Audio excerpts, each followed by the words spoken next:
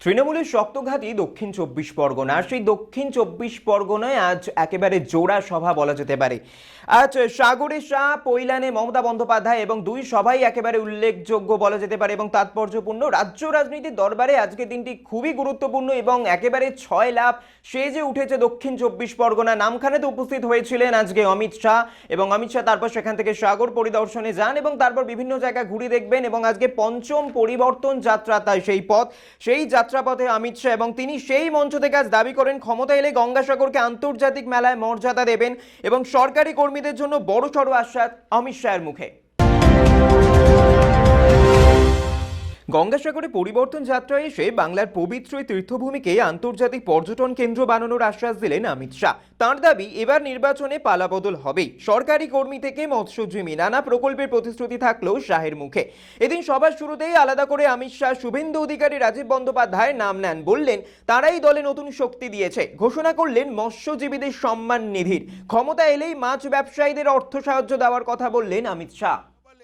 সরকার बंगाल को सोनार बांग्ला बनाए, ऐसी सरकार बनाने के लिए ये परिवर्तन यात्रा है। मित्रों, आज मैं जब यहां आया हूं तब मैं कहना चाहता हूं कि यहां पर बंगाल की जो स्थिति इन्होंने करी है वो स्थिति इतनी बदतर है, आर्थिक व्यवस्था इतनी खस्ता हाल है कि बंगाल के सारे सरकारी कर्मचारियों को 7वां वेतनमान नहीं मिलता है। मैं आपको कहने आया हूं कि आप एक बार भारतीय जनता पार्टी की सरकार बना दीजिए, बंगाल के सारे कर्मचारियों को 7वां वेतन आयोग देने का काम ये भारतीय जनता पार्टी की सरकार करे। मैंने अभी एक दृश्य देखा, कमर जितने पानी में नहर में हमारे शिक्षक भाई बहन अपनी तनख्वाह के लिए, न्याय के लिए लड़ रहे हैं।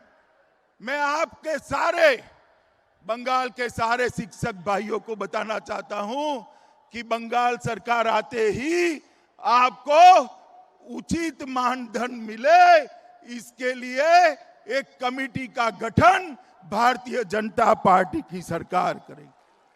सरकारी नौकरियों में इतनी सारी माताएं बहनें बैठी हैं, सरकारी नौकरियों में 33% से ज्यादा आरक्षण भारतीय जनता पार्टी की सरकार बंगाल में देगी। मित्रों, आज मैं आपको बताने आया हूं कि ये जो क्षेत्र है, एक क्षेत्र के अंदर हम मछुआरों के कल्याण के लिए ढेर सारी योजना लाने वाले हैं। भारतीय जनता पार्टी की बंगाल सरकार बनने के बाद हर मछुआरे को, लगभग 4 लाख मछुआरे को 6,000 रुपया किसान सम्मान निधि की तर्ज पर मछुआरा सम्मान निधि देने का काम ये भारतीय जनता पार्टी करेगी।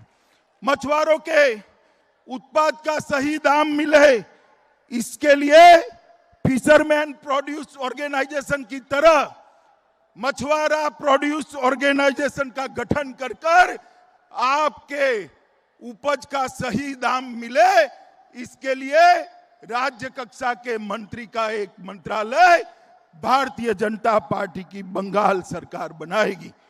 और ये अपना 24 परगना क्षेत्र है, उसको सी फूड प्रोसेसिंग हब के रूप में हम आगे बढ़ाने वाले हैं, जिससे सारा आपका उपज प्रोसेस होकर आगे बढ़ता जाए। मित्रों, ये गंगा सागर, उसको हम अंतर्राष्ट्रीय पर्यटन सांस्कृतिक क्षेत्र के रूप में इसको हम विकसित करने जा रहे हैं और गंगा सागर को केंद्र सरकार की प्रसाद योजना के तहत भी हम लेकर आएंगे। और जो मेला लगता है उत्तरायण के दिन, 14 जनवरी के दिन, वो मेले को अंतर्राष्ट्रीय मेला का हम दर्जा देकर पूरे दुनिया भर के यहां पर टूरिस्ट आए, इस प्रकार की बात करेंगे। मित्रों, ममता दीदी ने कहा था कि हम मत्स्य न्याय लागू करेंगे। मैं उनको पूछना चाहता हूं कि मत्स्य न्याय तो नहीं हुआ, आपकी सिंडिकेट मछुआरा भाइयों की मछली खा लेती है, उससे कम से कम 10 साल में बचाने का आप काम करती। इन्होंने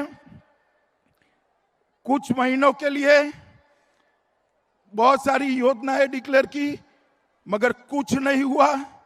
मित्रों, आज मैं यहां पर आया हूं तब आप सबको कहना चाहता हूं कि इन्होंने इंटीग्रेटेड फिशरी जोन बनाने की बात करी थी, नहीं हुआ। सुंदरबन को अलग जिला बनाने की बात करी थी, नहीं हुआ।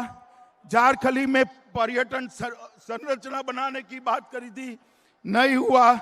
और अम्फान के बाद मोदी जी ने जो पैसा भेजा, ये तृणमूल कांग्रेस के गुंडे खा गए।